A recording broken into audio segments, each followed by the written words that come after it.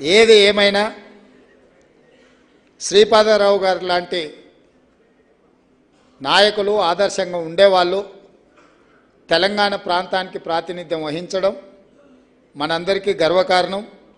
పెద్దలు జీవన్ రెడ్డి గారు చెప్పినట్టు, అన్న చాడ వెంకటరెడ్డి గారు చెప్పినట్టు ప్రముఖుల విగ్రహాలు ట్యాంక్ బండ్ మీద ఉండాలే. తెలంగాణ యొక్క గొప్పతనము, తెలంగాణ నాయకుల యొక్క త్యాగము అక్కడికి వచ్చే ప్రతి ఒక్కరికి అవగాహన ఉండాలి అని సూచన చేసిండ్రు. నేను కూడా ఆలోచన చేస్తూ ఉంటే ఏం చేస్తే బాగుంటుందో అని.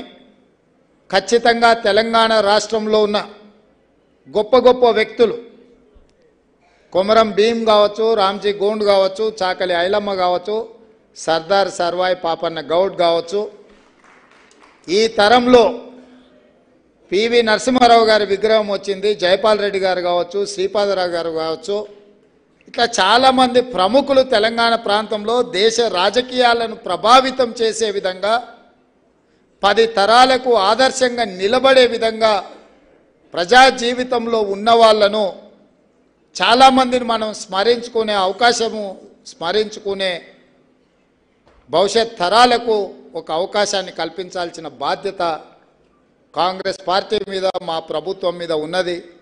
తొందరలోనే తప్పకుండా పర్యాటక శాఖ మంత్రిగా ఇతర మంత్రులతోటి ఒక మంత్రివర్గ ఉపసంఘాన్ని నియమించి తప్పకుండా ట్యాంక్ బండ్ మీద ఆ విగ్రహాలను పెట్టే విధంగా, అందులో తప్పకుండా శ్రీపాదరావు గారి విగ్రహం పెట్టే విధంగా రాష్ట్ర ప్రభుత్వము నిర్ణయం తీసుకుంటుంది.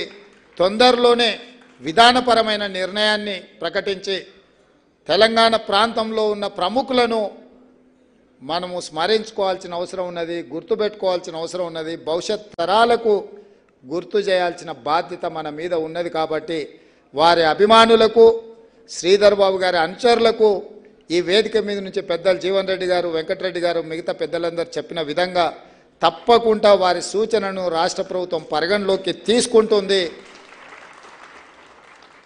ఇది మా బాధ్యత. తప్పకుండా బాధ్యతను నేను నెరవేరుస్తానని తెలియజేస్తూ మీ అందరి దగ్గర సెలవు తీసుకుంటున్న మిత్రులారా.